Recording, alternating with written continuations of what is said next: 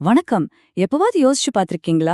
ஒரு நர்ஸோட அனுபவமும் அவங்க உள்ளுணர்வும் எப்படி நோயாளிகளை காப்பாத்துற ஒரு மெடிக்கல் எவிடன்ஸா மாறுதுன்னு இன்னைக்கு நர்சிங் ஆராய்ச்சியில ரொம்ப முக்கியமான ஒரு விஷயத்தை பத்தி தான் பார்க்க போறோம். அதுதான் டேட்டா கலெக்ஷன், அதாவது தரவு சேகரிப்பு.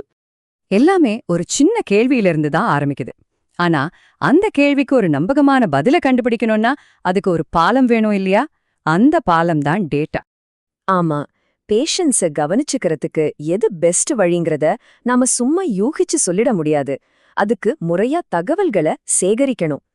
சரி, அப்போ எந்த ஒரு ரிசர்ச்சுக்கும் அஸ்திவாரமா இருக்கிற அந்த ஸ்டெப்புக்குள்ள நம்ம போகலாம்.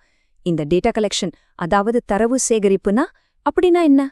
சிம்பிளா சொல்லணும்னா நம்மளோட ரிசர்ச் கேள்விகளுக்கு பதில் கண்டுபிடிக்கிற ஒரு குறிப்பிட்ட பிளான் படி ஒரே மாதிரியான முறையில தகவல்களை சேகரிக்கிற ப்ராசஸ் தான் இது.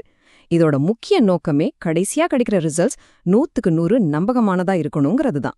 நீங்களே பாருங்க, இது சும்மா ஏதோ தகவலை தேடுற விஷயம் கிடையாது. என்ன டேட்டா வேணும், அது எப்படி கலெக்ட் பண்ணணும், யார்கிட்ட இருந்து கலெக்ட் பண்ணணும், அப்புறம் அதை எப்படி அனலைசிஸ்க்கு ரெடி பண்ணணும்னு இப்படி ஸ்டெப் பை ஸ்டெப்பா அந்த ரிசர்ச்சோட நம்பகத்தன்மையை காப்பாத்துறதுக்காகவே உருவாக்குன ஒரு தெளிவான திட்டம் இது. இதுல நாம ரொம்ப கவனமா இருக்கணும். ஏன்னா டேட்டாவோட குவாலிட்டி தப்பா போச்சுன்னா அது நேரடியா பேஷண்ட் கேரை பாதிக்கும் இல்லையா? சரி, இப்போ ஒரு நர்ஸ் ரிசர்ச்சரோட டூல் கிட்ட ஓபன் பண்ணி பாப்போமா? இந்த முக்கியமான டேட்டாவை கலெக்ட் பண்ண அவங்க என்னென்ன கருவிகள் எல்லாம் பயன்படுத்துறாங்கன்னு பார்க்கலாம் வாங்க. சில சமயம் ஒரு விஷயத்தை பத்தி தெரிஞ்சுக்கிறதுக்கு சிறந்த வழி என்ன தெரியுமா? நேரடியா அவங்க கிட்டயே கேக்குறது தான். அதுக்கு தான் இன்டர்வியூஸ், கேள்வித்தாள்கள் மாதிரியான டூல்ஸ் இருக்கு.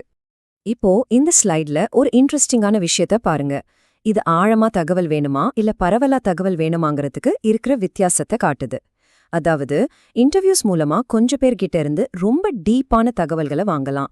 ஆனா கேள்வித்தாள்கள் மூலமா நிறைய பேர்கிட்ட இருந்து தகவல்களை வேகமா சேகரிக்க முடியும். இப்போ ஒருத்தரோட வலி இல்லனா பதட்டம் மாதிரியான உணர்வுகளை ஆமா இல்லன்னு சொல்லிட முடியாது இல்லையா? அத ஒரு நம்பரா மாத்தி அளவிடணும். அதுக்கு ரிசர்ச்சர்ஸ் பயன்படுத்துற ஒரு துல்லியமான கருவிதான் ஸ்கேல்ஸ், அதாவது அளவுகோல். பாத்தீங்களா, இந்த மாதிரி டூல்ஸ் ஒருத்தரோட தனிப்பட்ட உணர்வை கூட எப்படி அளவிடக்கூடிய டேட்டாவா மாத்துதுன்னு ரொம்ப பிரில்லியன்ட் இல்லையா? சரி, மக்கள் கிட்ட கேட்டு தெரிஞ்சுக்கிறது ஒரு வகை. ஆனா சில சமயம் அவங்க என்ன சொல்றாங்கன்றத விட என்ன செய்யறாங்கன்றத பாக்குறதுல தான் நமக்கு சரியான தகவல் கிடைக்கும். இதுக்கு பேருதான் அப்சர்வேஷன் மெத்தட், அதாவது கவனிப்பு முறை. இதுலயும் 2 வகை இருக்கு.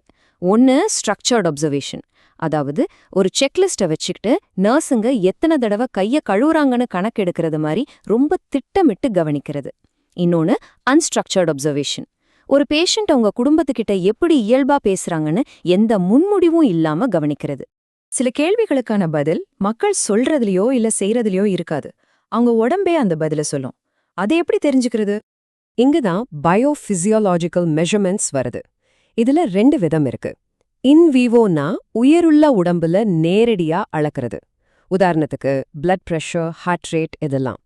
இன் வீட்ரோனா உடம்புலேருந்து ரத்தம் இல்லனா சிறுநீர் மாதிரி சாம்பிள் எடுத்து லேப்ல டெஸ்ட் பண்றது. கடைசியா ஒரு துப்பறிகிற வேலை மாதிரி. சில சமயம் நமக்கு தேவையான டேட்டா புதுசா சேகரிக்க வேண்டியதே இல்ல.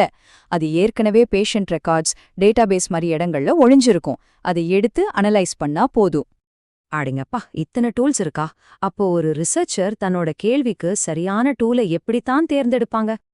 இதுக்கு ஒரு கோல்டன் ரூல் இருக்கு. நாம கையில வச்சிருக்கிற டூலுக்காக கேள்வியை உருவாக்க கூடாது. நம்ம கேள்விக்கு என்ன டூல் சரியா இருக்குமோ அதை தான் தேர்ந்தெடுக்கணும். அப்போதான் நம்ம சேகரிக்கிற எவிடன்ஸ் நம்ம கேள்விக்கு சரியான பதில கொடுக்கும். இத இன்னும் தெளிவா புரிஞ்சுக்க நிஜத்துல இந்த டேட்டா எல்லாம் எப்படி ஒரு ஃபார்ம்ல ஒழுங்குபடுத்துறாங்கன்னு பார்க்கலாமா? இங்க பாருங்க, இந்த சிம்பிளான ஃபார்ம்ல ஒருத்தரோட வயசு, எடை மதியான தகவல்கள், பிளட் பிரஷர் மாதிரி உடலியல் அளவீடுகள், அப்புறம் அவங்களே சொல்ற வலி மதிப்பெண்ணு, எல்லா வகையான டேட்டாவும் எப்படி ஒரே இடத்துல ரொம்ப முறையா சேகரிக்கப்பட்டிருக்குன்னு.